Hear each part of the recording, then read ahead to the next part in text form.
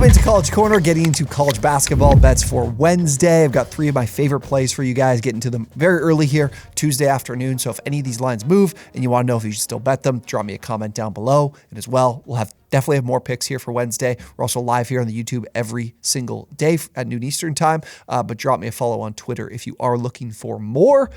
Let's jump into these plays for today. First up, heading to the Big Ten, I like Maryland, -3.5 at home against Northwestern. This is a Northwestern team that really hasn't missed their stride since losing Ty Berry to injury a few games ago. They've now won 4 of their last 5, but on the road, not nearly as good of a team. They've lost 4 of their last 5 games on the road, and going and playing at the Terps, very tough place to play.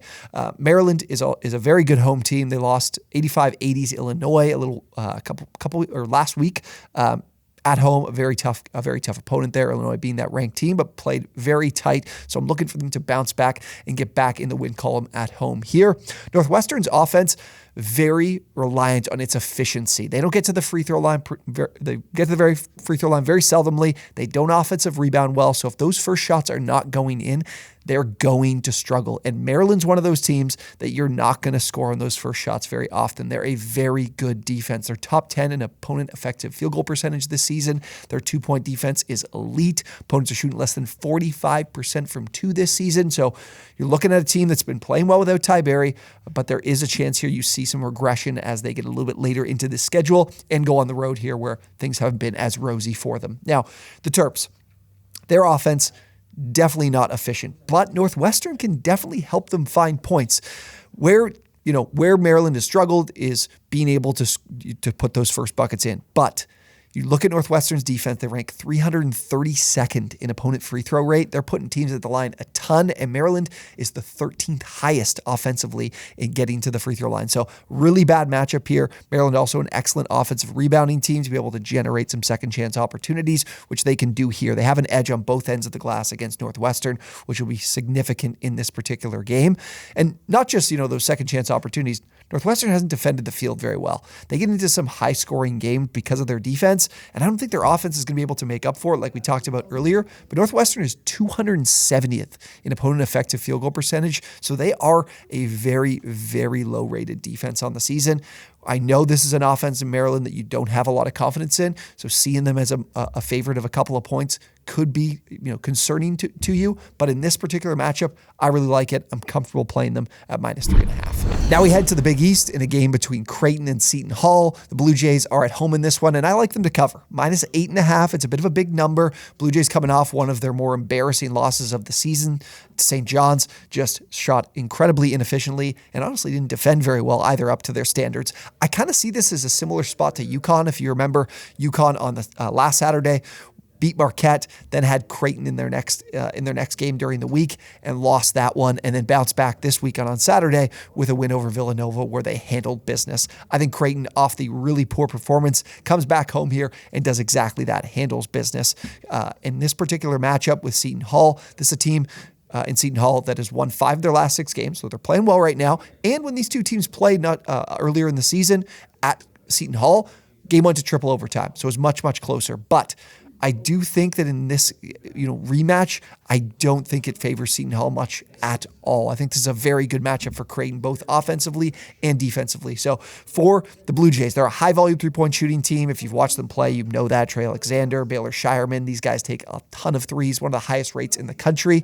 And you look at the Seton Hall team, very, very comfortable.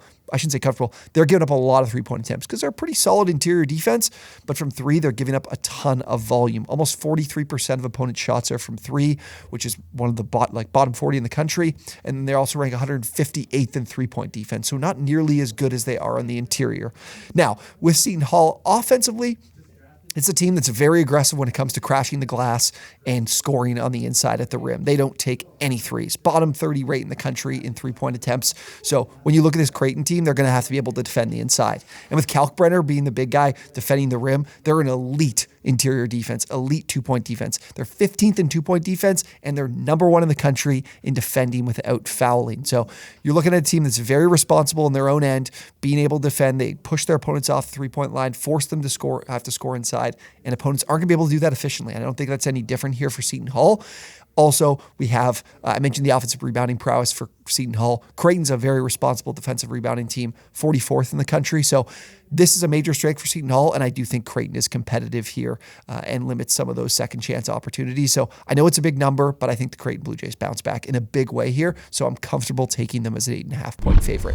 And finally, we head to the SEC. South Carolina is visiting Texas A&M. In this particular spot, I'm going to back the road team getting the points.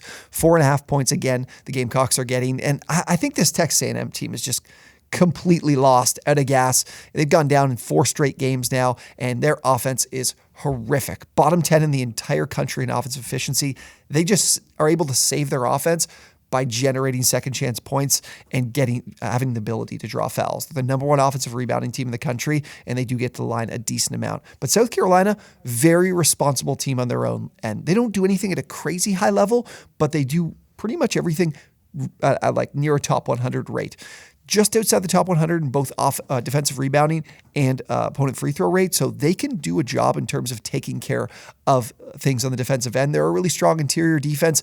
I have faith in this team to be able to defend enough for an offense that, again, just can't make that first shot. We can do a good job here, South Carolina, of keeping them away from those second chance points or some of those easier possessions when it comes to getting to the free throw line. Now, what I do like is you should see these Gamecocks three-point shooters have a field day in this one. Texas A&M ranks 208th in three-point defense. They give up a really high volume of three-point shots.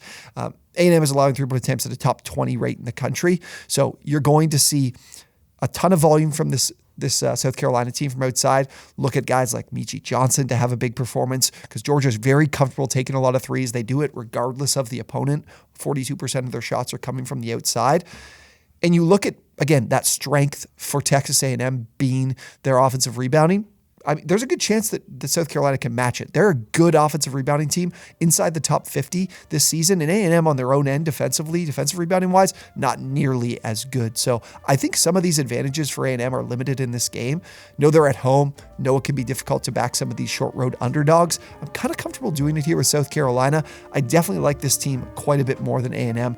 They've just been a bit of a train wreck this year, and just at no point have they gotten the train back on the track. So I'll take South Carolina with the 4.5 points. All right, those are 3 of my favorite plays for Wednesday in college basketball. Guys, if you enjoyed today's video, it would be a massive help if you did hit that like button for me. And as well, if you are new, subscribe to the channel. Would greatly appreciate it if you do. We'll have plenty more college basketball content coming your way. Thank you guys so much for watching, and we'll see you on the next one.